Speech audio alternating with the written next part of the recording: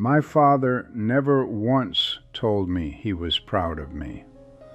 Not when I graduated, not when I got married, not when my son was born. I'm James. I'm 77 years old, and I spent most of my life trying to earn something from a man who, as it turned out, didn't know how to give it.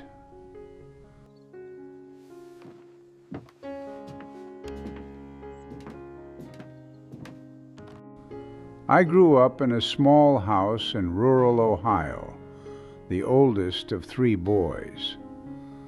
My father, Robert, was a quiet man by nature and a hard man by habit. He worked at a machine shop 6 days a week, came home smelling like oil and metal, ate his dinner without much conversation, and went to bed early. He wasn't cruel. He never raised a hand to us, never screamed, never said a deliberately unkind word. But he was absent in a way that had nothing to do with being in the room. You could sit across from him at the dinner table for an hour and feel completely alone. I was a good student, and I worked hard at it, partly because school felt like a place where effort produced visible results, where someone would look at what you did and say, "Yes, that's good. Well done." My teachers did that.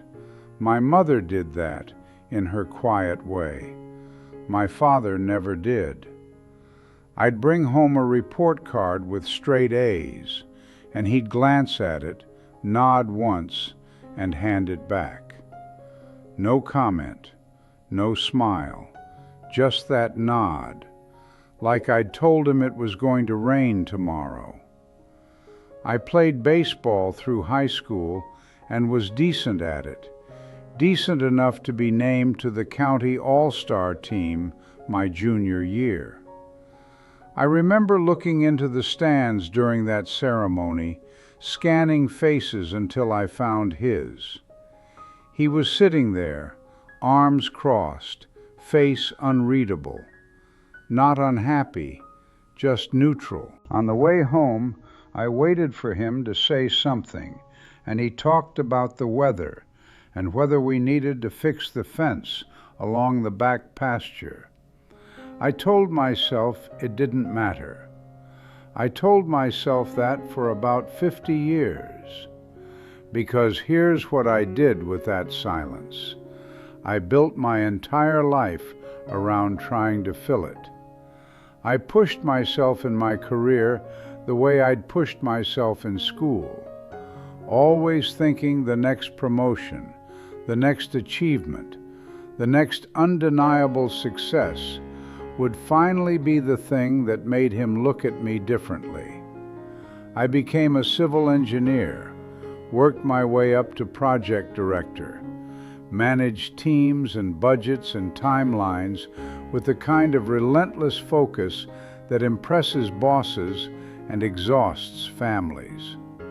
And every time something significant happened, my first instinct was to call my father, not to celebrate, to see if this would finally be the time. It never was. He died in 1998, at 74. The last real conversation I had with him was in the hospital, 2 days before the end. He was tired and a little confused, and we sat in that room together, mostly in silence, which had always been our native language. Just before I left that evening, I squeezed his hand and told him I loved him. He squeezed back. That was it. That was as close as we ever got to the conversation I'd been waiting for my whole life. I grieved him, but the grief was tangled up with something harder to name. There was sorrow, yes, but there was also anger that had nowhere to go anymore. And underneath the anger there was this aching question I couldn't stop asking. Why was I never enough? What was it about me, specifically, that he couldn't see, couldn't acknowledge, couldn't just once turn toward and say, "I see you. You did well. I'm glad you're mine"? The answer came to me gradually, the way most important things do. Not in a single moment, but in pieces that eventually formed a picture.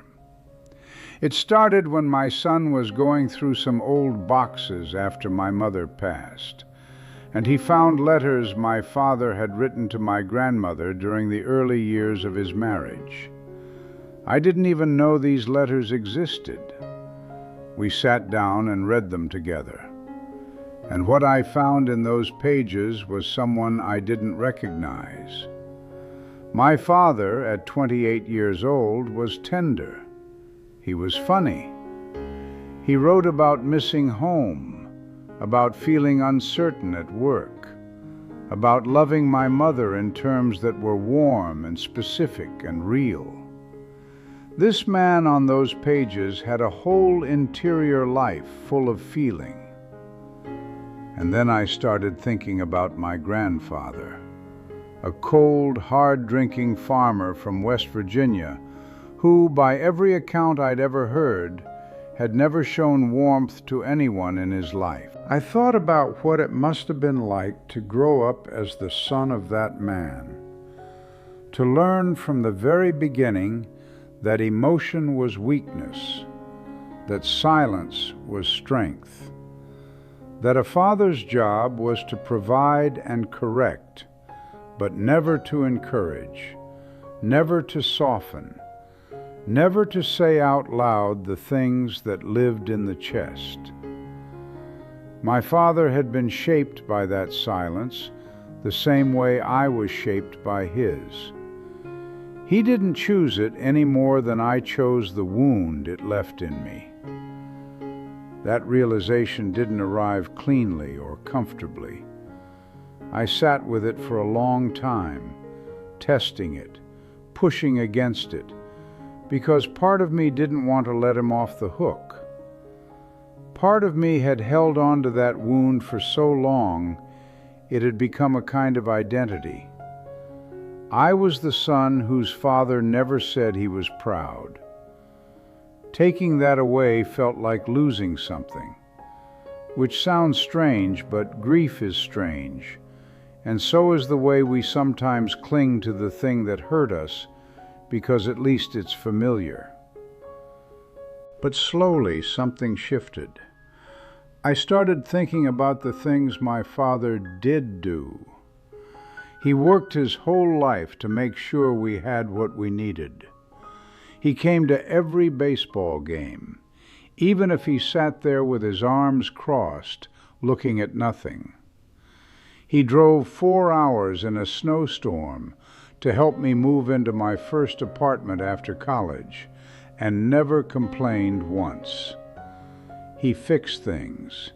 He showed up. He just couldn't speak. And maybe, for a man who'd been taught from boyhood that the feelings you showed were the ones that could be used against you, showing up was the bravest thing he knew how to do. I'm 77 now, and when I think of my father, the anger has mostly gone quiet. What's there instead is something I can only describe as a complicated tenderness, a sorrow for both of us, for what we couldn't give each other, for the generations of silence that moved through that family like weather, shaping everything it touched. He didn't withhold his pride because I wasn't enough. He withheld it because nobody had ever shown him how to hand it over. He was carrying the same empty place I was, I think, just further back. I made sure, when my own children were growing up, to say the things he couldn't. I said them when they deserved it, and sometimes when they just needed to hear it. I wasn't perfect at it. I had his voice in my head more than I'd like to admit, that quiet, cautious instinct to hold back, to nod and move on. But I kept trying, and I think they knew. I hope they knew. If you grew up waiting for a word that never came, from a parent who seemed unreachable, I want you to hear this. Their silence was not a verdict on you. It was an inheritance they never asked for and didn't know how to refuse. The approval you needed was always real and always deserved.